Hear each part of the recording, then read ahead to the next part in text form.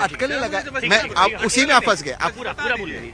उसी में आप फंस गए। हाँ ठीक। मनोज भाई झूठ और भ्रम मत फैलाइए, प्रोपगंडा मत आप पहले बोलिए। चलाइए, केवल प्रोपगंडा मत चलाइए। अमन जी, मैं सिर्फ एक सवाल है कि इनको कहाँ से ब्रह्मज्ञानी जी को कैसे पता लग गया ठीक है कि ये 29 के लिए प्लानिंग चल रही है? अब आप बस इसका जवाब दे दें। अब आप बात बोलिएगा। हाँ बोलिए फिर से। चलिए, जो भी बिल है 24 का हो 29 का हो, क्या अमन जी और विक्रम जी के पास बिल की कॉपी नहीं होनी चाहिए? क्या देश में इसकी डिबेट नहीं होनी चाहिए? ये आप मुझे बताइए। विमेंस रिजर्वेशन तो एक अच्छी बात है, आप भी मानते हैं अच्छी बात है, आप भी मानते हैं अच्छी बात है। इसमें कोई इस मंच में हम सब मानते हैं अच्छी बात है। इसमें अगर देश में आपके मंच पे नहीं मानते, मतलब आपके मान लेते प्लीज मनोज भाई बीच में नहीं, प्लीज रिक्वेस्ट कर रहा हूँ, बीच में नहीं। हाँ मैं पूरा आपको आपके पास आऊंगा, पूरा आप पूरा बोलिए, उनके बाद उनके बाद। हाँ बोलिए प्लीज।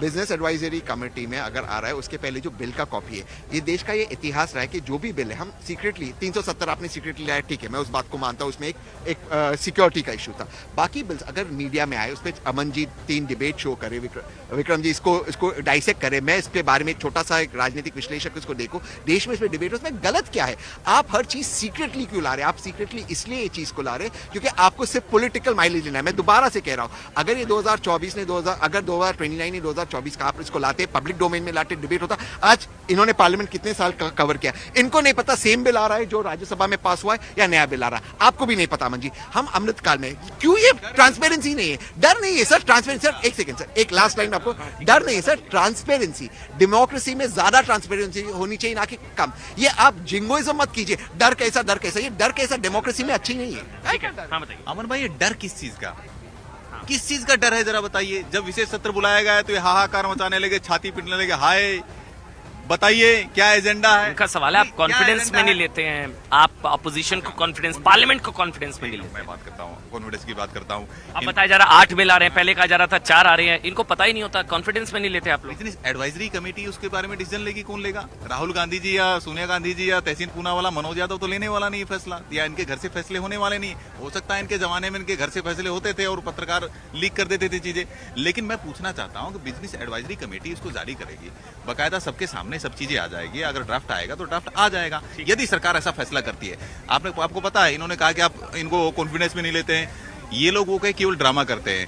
नया संसद भवन बन रहा था उस समय, ये लोग ड्रामा करके बाहर हो गए। G20 का किस तरह से विरोध किया इन्होंने 15 अगस्त को। छोड़िए, क्रेडिट किसको जाता है? आपको जाता है, इनको जाता है भाई। क्रेडिट जाएगा 140। ब्रेन चाइल्ड तो किसका है? आपका, इनका है। वो पहले आप लेकर आए, देवेगौड़ा लेकर आए, लेकिन उससे पहले सत्ता के विकेंद्रीकरण ग्राम पंचायतों में तो शायद राजीव गांधी की तरफ से शुरुआत की गई थी। देखिए, माननीय नरेंद्र मोदी जी के नेतृत्व में अगर ये बिल लाया जाता तो निश्चित रूप से आधी आबादी को क्रेडिट जाएगा, 140 करोड़ देशवासियों को क्रेडिट जाएगा, पूरे देशवासियों को क्रेडिट जाने वाला है।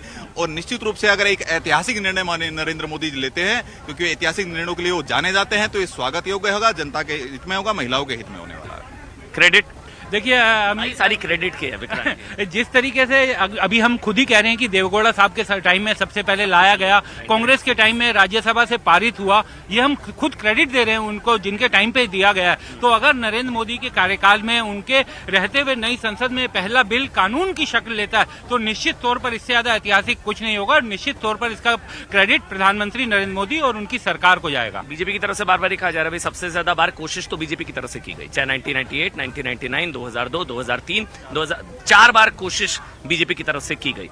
5वीं बार अब कोशिश की जा रही है। 2010 में भी पास हो सकता था, तो वो सारे तथ्य को भी देखा जाए। अमन देखिए, कोशिश बिल्कुल राजनीतिक दलों ने की है, लेकिन मैं आपको बार बार एक चीज जो कह रहा हूं, उस समय की राजनीतिक मजबूरियां, जो गठबंधन चलाने की मजबूरियां थी, गठबंधन सरकारों को चलाने की मजबूरियां थी, वो कहीं ना कहीं आड़े आ रही थी। राजनीतिक दलों में निश्चित तौर पर यह इच्छा शक्ति थी कि इस बिल को लाया जाए, इस बिल को कानून की शक्ल दिया जाए, लेकिन उसके लिए आपको नंबर्स चाहिए, आपको गठबंधन के बीच एक सहमति चाहिए। वो सहमति कभी नहीं बन पाई थी, ये साफ है। अब चूंकि एक बड़े नंबर्स की सरकार है, मजबूत सरकार है, ऐसी सरकार है जो फैसले ले सकती है, चाहे अच्छे लगे या बुरे लगे, उस पर आप बहस कर सकते हैं, लेकिन वो फैसले ले सकती है। तमाम ऐसे कानून बने हैं जिसके बारे में, चाहे 370 की हम बात करें, तमाम चीजों ऐसी जिन पर हम बात कर सकते हैं, जो सरप्राइज एलिमेंट के तौर पर भी आए हैं। लेकिन विक्रांत जी, वही सहमति की कोशिश इस बार भी होगी, नंबर 1, और वही विरोधाभास, कोटा विद इन कोटा, मुस्लिम reservation, OBC, quota within quota, वो तो अभी भी होगा शायद गठबंधन में। देखिए, सरकार के लिए तो कोई मुश्किल है नहीं, लोकसभा में बड़े आराम से वो पास करवा लेगी और राज्यसभा में भी कोई दिक्कत सरकार को आने वाली नहीं है। लेकिन अगर ये गठबंधन के बीच का जो द्वंद है वो अगर सामने आ गया तो ये उसे कहा जा सकता है कि सोने पर सुहागा बीजेपी के लिए हो जाएगा कि एक तरफ तो वो बिल पारित करवा लेगी और दूसरी तरफ जनता में ये मैसेज देने में भी कामयाब हो जाएगी कि विपक्ष के दलों के बीच में आपस में इस मुद्दे पर एक राय नहीं मैं है। ये सवाल इसलिए बार बार पूछ रहा हूँ, पोन मुडी का जो बयान था, जब उन्होंने कहा कि सनातन के विरुद्ध सारी पार्टियां एक साथ हैं, जब सनातन के विरुद्ध सारी पार्टियां एक साथ आ सकती है, बकौल पौन मुड़ी, मैं नहीं कह रहा हूं, जो उन्होंने बताया, जो उन्होंने रहस्य उद्घाटन किया, तो महिला आरक्षण बिल को लेकर भी तो सारी पार्टियां कम से कम मतलब सनातन के खिलाफ आ सकते हैं, तो इसके लिए तो आ ही सकते हैं नहीं तहसीन भाई? सनातन के खिलाफ कोई नहीं है। नहीं, मैंने नहीं कहा, वो तो पौन मुड़ी ने और कहा। वो गलत बयान है। अच्छा, वो गलत बोले, ओपनली कह रहा हूँ गलत बयान। उन्होंने लीक नहीं कर दिया शायद? नहीं, उन्होंने ओपनली कहा और ये गलत बयान है और उसके बाद क्लैरिफाई नहीं, राहुल जी ने सनातन के बारे में कुछ नहीं कहा। लेट्स हम इस मुद्दे पर but still there in the alliance, DMK still there, Ponmudi साहब और शिक्षा मंत्री हैं वो शायद। और ये बात मजबूत अलायंस है और ये बताया गया है कि इस तरह के बयानबाजी आगे नहीं होगी और इसका मतलब वो सच नहीं बताएंगे आगे से? नहीं, ये गलत है और किसी भी धर्म के बारे में बोलने का अधिकार नहीं, खास करते सनातन धर्म को, ये सनातनी देश है। लेकिन उन्होंने कहा तहसीन भाई, उन्होंने एक मिनट, मैं तहसीन भाई, उन्होंने कहा कि गठबंधन, हाँ मैं एक मिनट मनोज जी, मैं पूछ रहा हूँ ना, एक एक करके सवाल पूछेंगे। हाँ, मैं एक एक करके, मैं आपसे भी सवाल पूछूंगा, आप भी 9 साल नहीं ले। तहसीन भाई, उन्होंने तो बल्कि ये बताया कि गठबंधन का गठन इस वजह से हुआ। मेरा सवाल ये है, जब सनातन के लिए कॉमन मिनिमम प्रोग्राम एक हो सकता है, जैसा कि आरोप लग रहे हैं, तो महिला आरक्षण के लिए तो कम से कम एक साथ आ ही सकते हैं ना? बहुत अच्छा सवाल है, सुनिए।